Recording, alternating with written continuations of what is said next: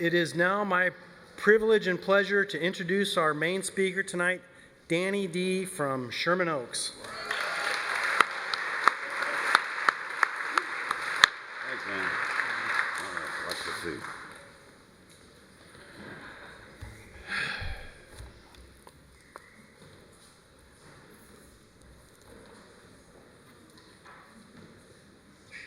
Hi, my name is Danny. I'm an alcoholic.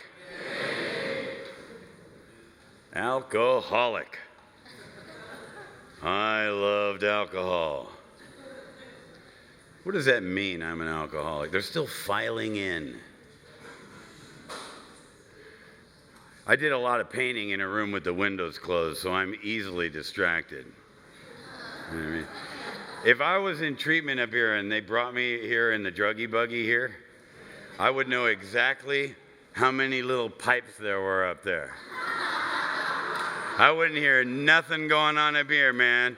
And I really, really want to hear that see that little teeny sucker? I think it would be nice if the timekeeper could ring that little thing right there. Some of the people still detoxing are waiting for it to ring right now. Look. Keep your eye on that. A little fun. Nothing wrong with a little fun. Happy birthday to the birthday celebrants. Where's Sarah at? Where are you at, Sarah? You still in the room? Are you back in the room? Sarah came, took the cake, and split. Not cool. She asked me if I was a limo driver. She did, outside. And then I said, no. This meeting asked that politely, would you mind wearing one? And she said, did they give it to you? And I said, yes, I did. Yes, they gave it to me, and I have to give it back when I'm done. If you notice, if you're new, pay close attention. Every sixth speaker, they wear this suit.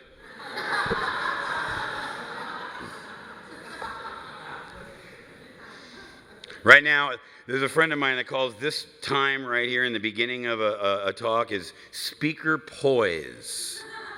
Do we like him? The jury's out. I didn't even need the speaker to say a word to know I hated him. I could already decide that I hated you by what you were wearing. There is no way that guy can feel like I felt. He's got on a sweater vest. No one cool wears a sweater vest. Phil Collins had all that money and he wore sweater vests. You're probably thinking, what does this have to do with alcoholism? So I didn't start drinking until I was 12. And I had held out for as long as I could. My first drink was Boone's Farm strawberry wine. As my sponsor would say, no grapes involved. All right, and so me and a couple other children went out to this place called the Stumps. We had this, every school or it's got this place that you're told, don't, if you're a mom and you want your children to not go somewhere, don't tell them to not go there. Because when you tell us to don't do something, we know that that must be the cool place to go. So out we went, and somebody handed me this very large bottle of Boone's Farm strawberry wine, and I didn't give it back. I drank the whole thing. And I remembered it was strawberry because I remember what it tasted like coming back up. And I remembered while I was throwing up, I thought, if this doesn't kill me, I'm doing this again. Because even though I was throwing up, I did not feel uncomfortable. I wasn't scared. Throwing up was nowhere near as bad as walking around in the earth suit that I had been given. Because all I had ever wanted all my life was out. Hey, that was my friend that watched that movie with me, The Way, Way Back. That's right. You guys ever see that movie, The Way, Way Back? Right? When I was a kid, we had a station wagon. And in the very back of the station wagon, there's a chair, there's a place to sit. It's like right here. And it's facing that way. And it's perfect for us. You know what I mean? Most of us start out here in this room. We don't look for the spot up here. We look for the spot back there. We come in after the meeting is started. We leave before the meeting's over. I don't want to talk to you. It's not going to go well. I don't know how to chit-chat. How do you chit-chat without snorting the foul line at Dodger Stadium? How do you do that? Where's that Cubs guy that's talking crap about the Dodgers? Where are you? He left with Sarah. They came and took cakes and then they split.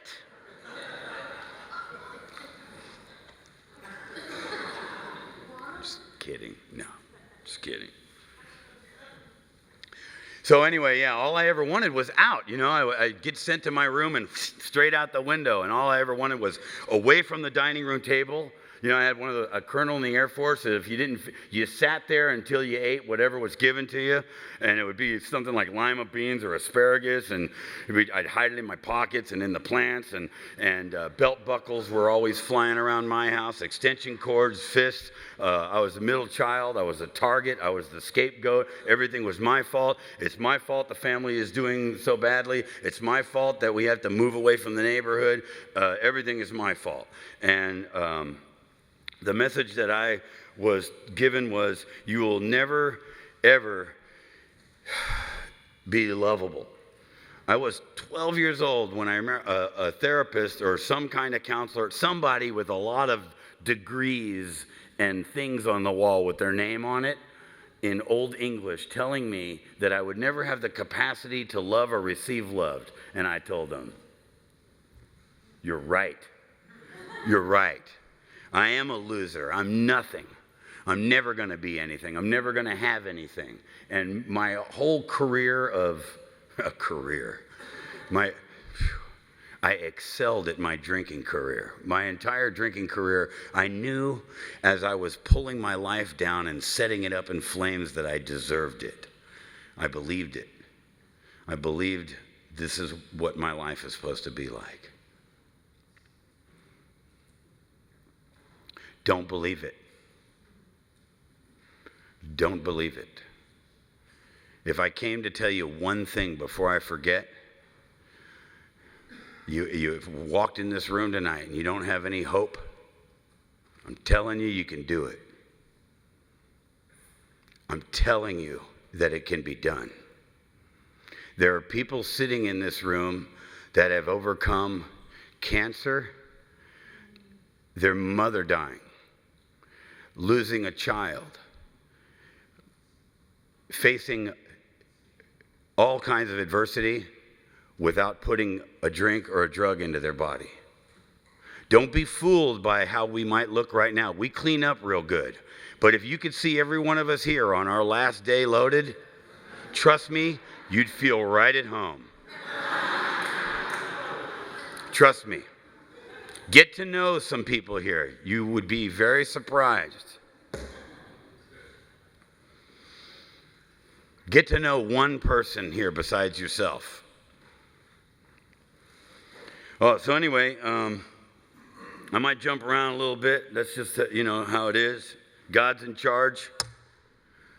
When I got here, if you said the word God, I would stand up in the back of the room and tell you to shut up. Because I knew if there was a God, he didn't like me. Because I didn't have to look past my life to know that if there's some kind of power greater than me, it sure didn't like me. Because I blamed whatever that was for typical alcoholism, setting my life on fire and not wanting to take responsibility for it. Accountability. I think we should be AAA. Alcoholics Accountable Anonymous. Accountability. My side of the street. We hear these things, right, when we're new? How many people here are in treatment? Sharing a room with other people. Breathing other people's farts and smelling their feet. There you go. Let me tell you, one of the things you get to look forward to if you stick around and if you don't take a drink and you get a job, you get to have your own apartment and smell your own feet and your own farts. Which is something to look forward to. Small victories. That's gross. Yeah, so is throwing up on yourself. How many people here wet the bed when they were drinking? Come on.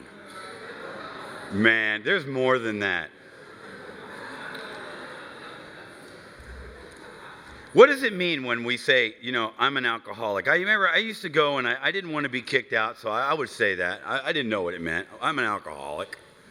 What does that mean? Because, when I got here the very first time, I was only 22 years old, and I thought an alcoholic was a guy that, like a wino with a shopping cart or a brown paper bag and, was at the bus stop wearing everything he owned. That's an alcoholic. An alcoholic is somebody who has lost the ability to control their drinking. Alcohol changes my perception of reality. You ever see those normal people we go out with and they cannot finish their drink? It's ridiculous. This is the big book of Alcoholics Anonymous. It's the book that this society is named after. I am a firm believer that if I am not applying the principles and the thoughts and ideas that are in this book to my life, I am not a member of Alcoholics Anonymous. If I'm going to meetings and not working the steps, I'm just going to meetings. Now, if that's all you're doing, that's a lot better than probably what you had going on. And please don't stop doing that. But may I invite you to read this book? It's in the book. Let's go to the book.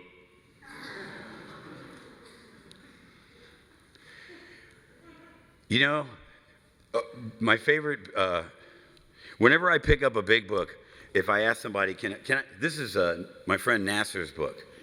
Is it okay if I open your book? My Fears List by Nasser.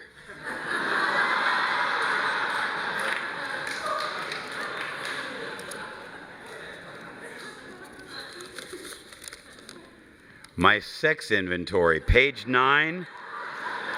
No, I'm just kidding. Whenever I have somebody's big book in my hand, I always, just for the heck of it, I ask them if I can look at it, and I look at my favorite page in the big book. Now, that's something. Find a favorite page in the big book. If you find a favorite page in the big book, it means you're reading the big book. Awesome. Awesome. First of all, let me tell you, when you're new, it's great for insomnia. If you're kicking opiates and you haven't slept in a month, crack open the big book, put you right out, dude. Dude, it's awesome. But as we start clearing out of the fog, things were like, hey, you know that thing they said in the meeting? Holy crap, it's right here. It's right there. Page 132, I don't have to look it up. I just want to see if my friend Nasser has it underlined or highlighted. Page 132, right in the middle of the book, 17 lines down, 17 lines up, 2 words in, it says, anyone? Bueller. We absolutely insist on enjoying life. So, I'm sorry if you're miserable. I'm sorry. I understand completely if you're sitting here and you're hating life. When I first got here and they go, and my life is great today, and I hated this one. My name is Bill, and I'm a grateful alcoholic. That's great for you, Bill. I hope your head explodes.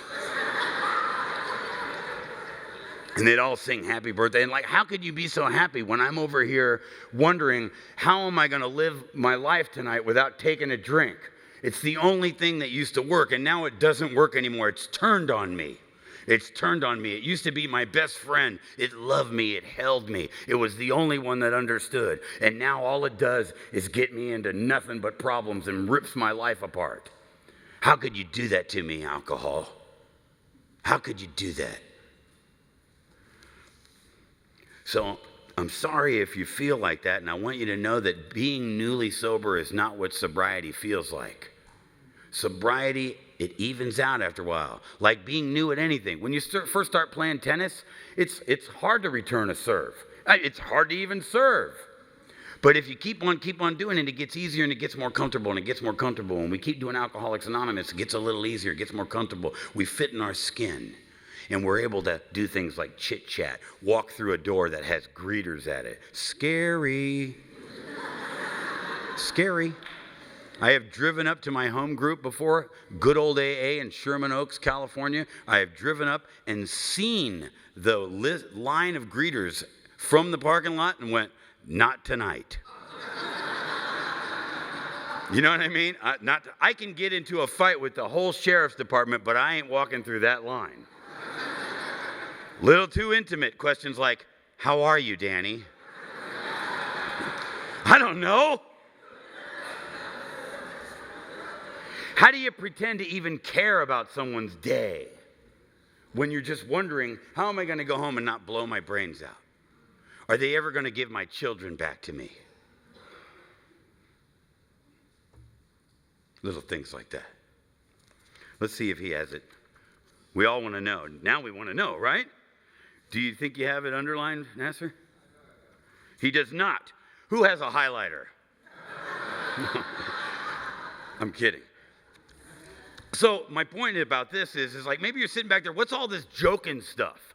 Because this, you get here and you think, really? AA, huh? This is it. A level of lame I didn't know existed. Happy birthday to you.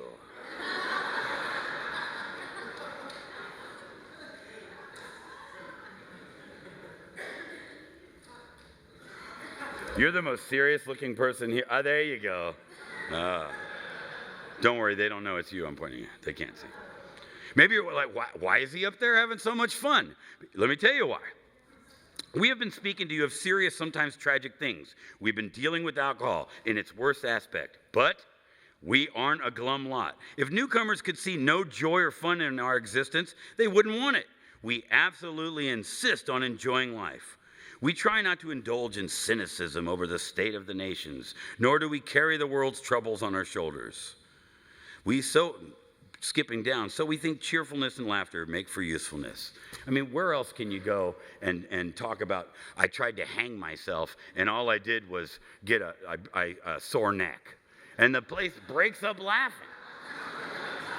You can't go to the Kiwanis Club and go, how many people used to wet the bed? You can't do that. I mean, you can once, Anyway, I don't even think Nasser put all this stuff in here. He goes, look, if you're going to use my big book, I want to put a bunch of stuff in here so people think I'm reading it a lot. He took the corners and he dog-eared it real quick. So what I'm saying is, hey, there are some serious things here. And then again, this is where life starts. There is life outside the bathroom.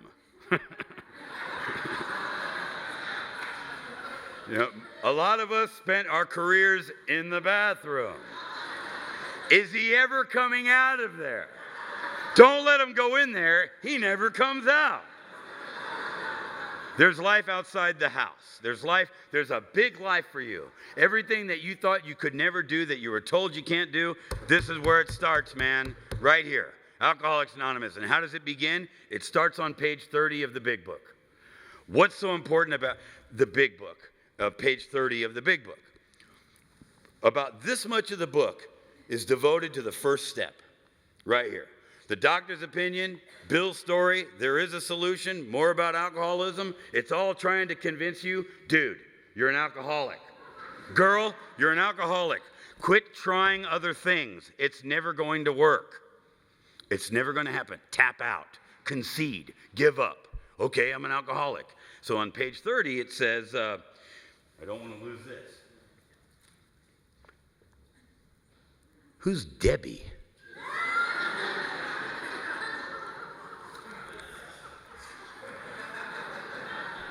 Page 30, more about alcoholism. If somebody was going to I was never going to see him again and I had to rip a page out of my big book, I'd give him page 30 right there. And it's called More About Alcoholism. And right in the middle of that page, it says, we learned that we had to fully concede to our innermost self that we were alcoholic. This is the first step to recovery. It's the first time it ever mentions the first step, right?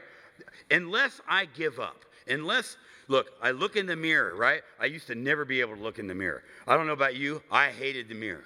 All I ever wanted to do was not be me. God, just let me wake up one moment and not be me. I hate being me. My life sucks. I screw up everything. I just don't want to be me. I've smashed many a mirror. So I started soaping up the mirror so I couldn't see myself. I'd open the medicine cabinet so I wouldn't have to look at myself. But when about 40 days sober, this sobriety, sat there and stared in the mirror, and I just looked at myself, and it got surreal. And for about 10 minutes, and I just kept asking myself, Danny, are you done? Are you done? Because if I'm not done, all this is just a conversation. All these chips and cakes and all this stuff. But if I'm done, and I think I'm done, there it is. I give up. I give up, and the whole world opens up for me. And, down along that, Danielle, my best friend right there, my friend from my home group, one of the people that dared to talk to me when I was very unlovable. My home group, I know I skip around a little bit, just follow me. Do you guys have a participation meeting out here where you're not allowed to raise your hand, that you have to be called on?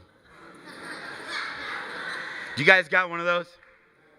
It's a great place to get a resentment. Immediately, the first thing my brain does with that is, oh, not in the clique, huh? Not in the clique. Hey, man, how you doing? Good to see you. Some familiar faces. You know what's so nice when you have a life? A life is a bunch of consecutive days that connect together, that make sense, and you get to recognize people. Instead of like, hey, what's up? And you don't have to wonder, ooh, how was it the last time I saw him? Hey, is your name Danny? Sorry. I don't know what you're about to say, but I just want to tell you I'm going to make amends for that. Whatever it's going to be. So my home group was this participation meeting, right?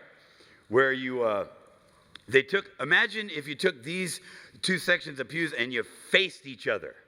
Dude, are you kidding me? All you're ever trying to do, you spent the whole meeting just averting your eyes, And then if you're a dude, let me explain something to you, girls. You guys have a whole different world than we do, okay? You walk into any store and everything, and the guy like, hey, what's up, right? If you're like broken down on the side of the freeway, a guy is going to pull up and help you, and he's going to want you to believe that if you were a guy, he still would have pulled over. Well, let me tell you something. If I break down the freeway, cars just keep going past me. The same guy that would have stopped for her and stopped for you. So you see a different world. So being a man, you don't want to connect. I'm speaking as this man. I grew up a very violent, macho man. I was taught, if you beat on something long enough, it'll agree with you or leave you alone. So I came here really needing to let go. I just came in with these two things, and I'd sit there in that meeting so uncomfortable, man, and try my best to try to not get up and leave the meeting and go run to the liquor store and drink a case of Coronas just so I can get back to zero. Trying to get to zero. And then a guy would, I'd lift up, because I'd spent years of my life just looking down at my shoes. I couldn't look you in the eye unless I was going to lie to you. Because if you don't look at somebody in the eye when you're lying to them, they'll think you might be lying to them. So you got to look them in the eye. But when you come, you come in and you have to lift your head up every once in a while so, people don't think you're nodding out or something like that. And I'd look, and a guy would look, and then you'd be like, what, and all this just macho stuff, And so I learned to be the first guy that could smile. I learned in that meeting all by myself how to be gentle, how to be a gentle man. And the guy would look at me, and I would be the first guy to go, hey, how's it going? Might not be a big deal to you. It was a big, big deal to me. So anyway, I was really upset and I was really pissed off at this meeting a lot. I just was uncomfortable, and I didn't know how to say, when you see a guy back there, right? When you see somebody over there like this, when the first thing they show you is their neck, this is what that means. I'm very scared, but I don't know how to ask you for help. That's what that means. Because the fact that they're in this meeting, or they came to the meeting, means they need help. This is just Tough guys aren't in AA. They're in prison and they're still out there doing it. This ain't for tough guys. Forget tough. Love. Love, gentleness, tenderness. It's the most powerful. Hey, I studied mixed martial arts for over 22 years. I boxed. I've done all that crazy stuff. I've known some tough guys. I've been in some facilities. I've been strapped down. I've been shot up against my will. Done all that. Fought the universe. Let me tell you, the most powerful force I've ever been introduced to was through this book and being introduced to a power greater than myself. That's love.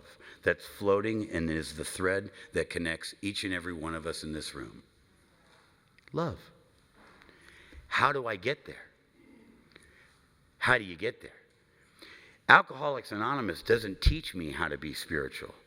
I came into the world that way.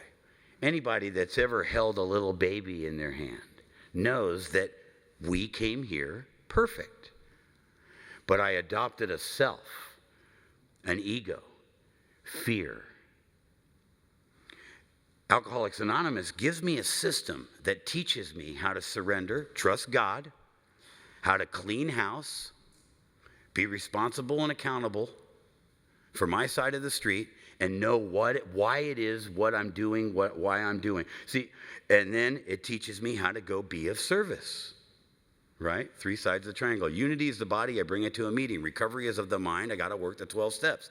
Now that 11 steps says, having had a spiritual awakening as a result of these, the 12th step, as a result of these steps, now I got to go give it away. Like you said, I got to be a human link in the chain of recovery. I got to be connected. A link isn't a link if it's not hooked to something else. Then it's just the end. I don't want to be the end. I got to get in the middle. Right? So, I thought the light was completely out when I got here, right? A broken human being, it's never going to work for me. I accepted the fact that my life is zero and hadn't amounted to nothing, and I was never going to leave anything good behind me. And I was okay with that.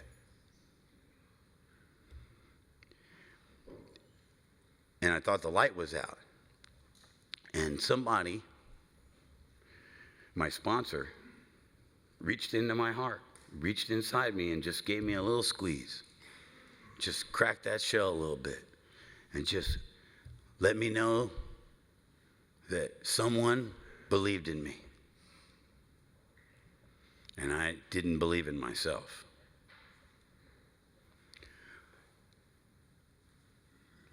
For 15 years.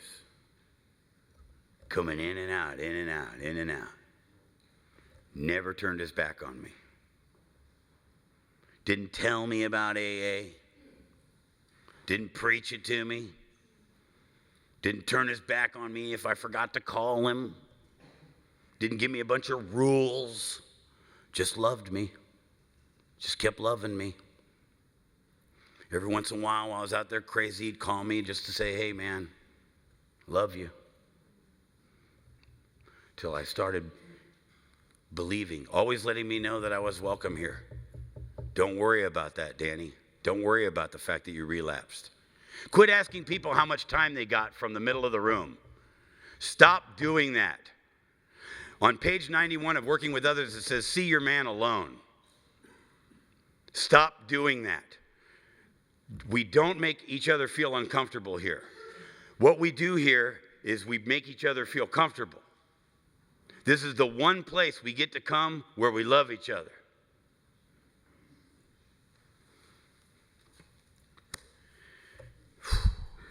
If I seem passionate about this, it's because I am. It saved my life. I'd be dead if it wasn't for Alcoholics Anonymous. I wouldn't be here if it wasn't for Earl H., if it wasn't for Donald Madden, if it wasn't for Norm Alpe, if it wasn't for Chuck C., if it wasn't for Bill W. I'd be dead. I'd be dead, or my brain would not be working anymore. I'd be lobotomized.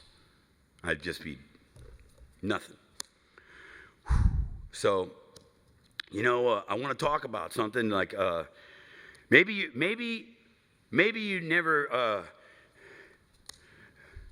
I know this is Alcoholics Anonymous, and there's this thing talked about here. It's called singleness of purpose. And to me, singleness of purpose is on this card right here. Right here. Sometimes when I talk, and I say, hey, I might make a reference to doing crystal meth for 30 days and peeking out your windows and thinking the DEA is outside. Hear the laughter? So did they. Or maybe I might talk about the Rastafarians and the Zanzibars and the people that, smoke PCP or just smoke grass and blah, blah, blah. And as my sponsor taught me, all of that is smokable alcohol, snortable alcohol, injectable alcohol. It's all anti-Danny medication. It's all it is, man. What I'm saying is, don't look for the things that are different from each other. Look for what we have in common. Our job. When I say our, I mean members of Alcoholics Anonymous. My job is to create unity, to connect you. Come on, man. You can do it. You belong here. You earn that seat. I care about you. I'd love to see you here next week.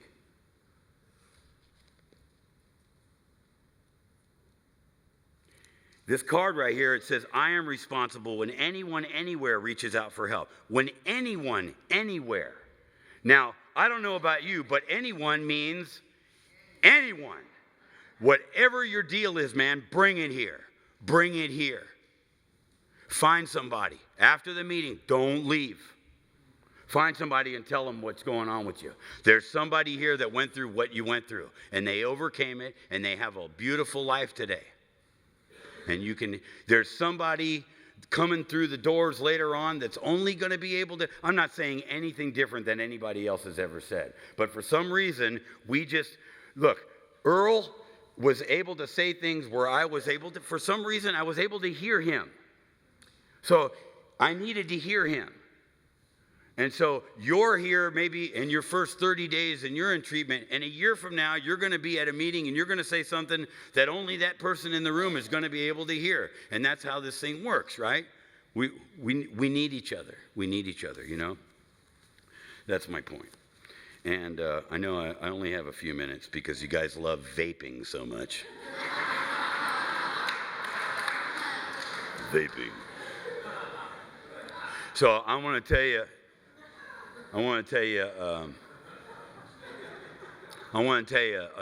one of my favorite stories about my sponsor. Okay, can I? What is a sponsor? A sponsor is a guy. A sponsor is not somebody that tells you who to sleep with, how to balance your bank account, what clothes to wear, how much money you should spend. A sponsor is a guide through the 12 steps. There's literature on it. It's right over here. It says questions about sponsorship. Right there. Right over there. Nice rack, huh? But a guy was just dozing off went, rack?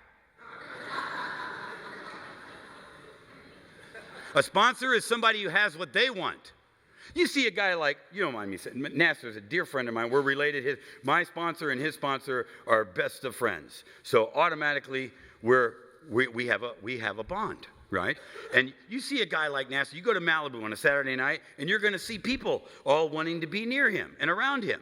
And I used to hate people like that.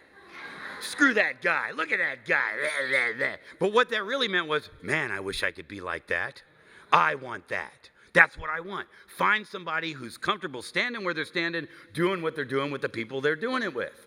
That's somebody. See, this ain't about stopping. We've all stopped. It's about staying stopped. And how can I stay stopped? I got to be comfortable inside my skin. How do I do that? Ta-da! Okay. Ta-da! That's how you do it. Find somebody and go, excuse me, do you have experience with all 12 steps? Should a sponsor have worked all 12 steps? And working with others, it says, seeing your man for the second time and having worked the steps yourself. So it says it right there. It's not my opinion. So I'm just saying, if you're going to take a Harley Davidson apart, you might want to ask somebody that's owned a Harley Davidson before. I'm just saying, okay? So, all right. Quick little Earl story, okay? You guys, can I? Just a quick story about my sponsor. Okay.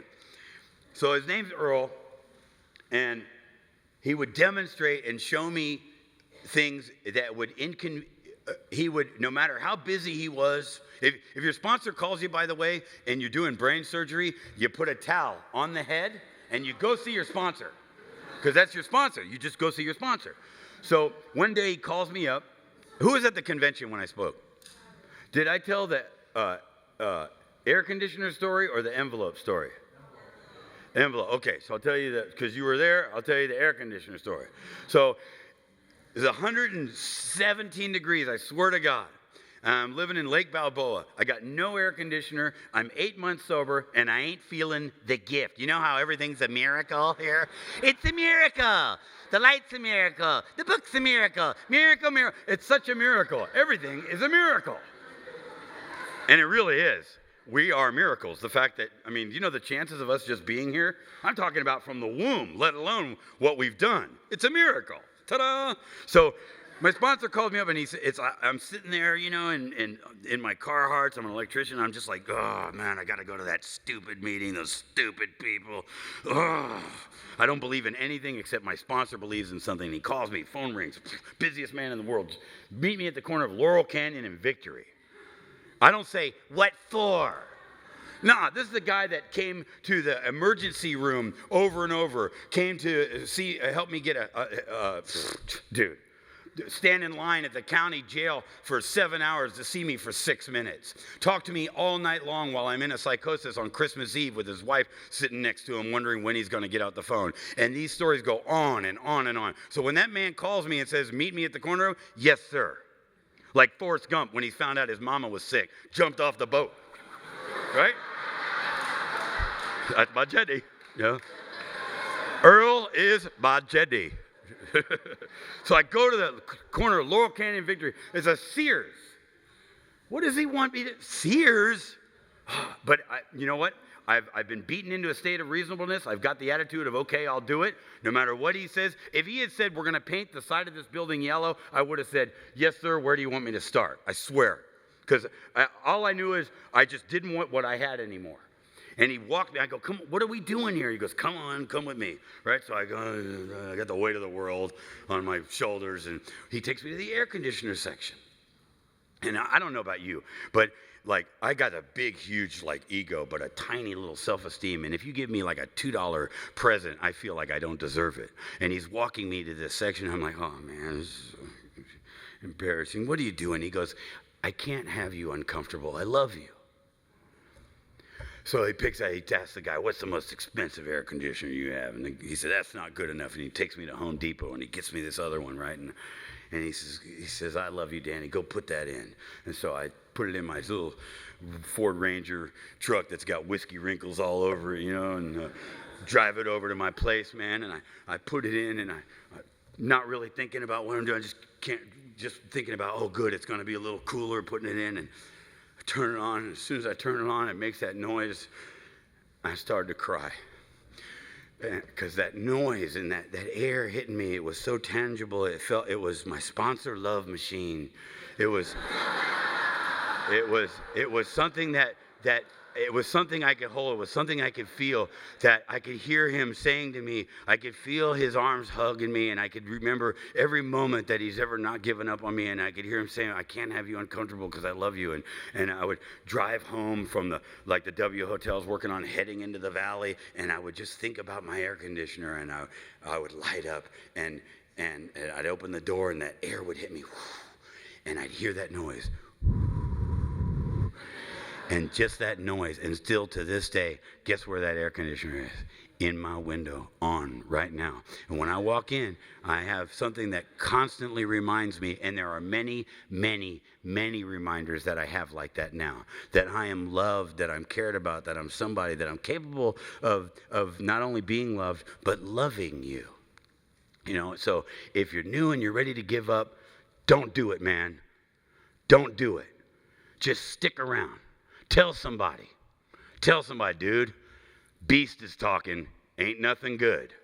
Stick around. It's going to get easier. I promise you, it will get easier. Thank you so much. I love you.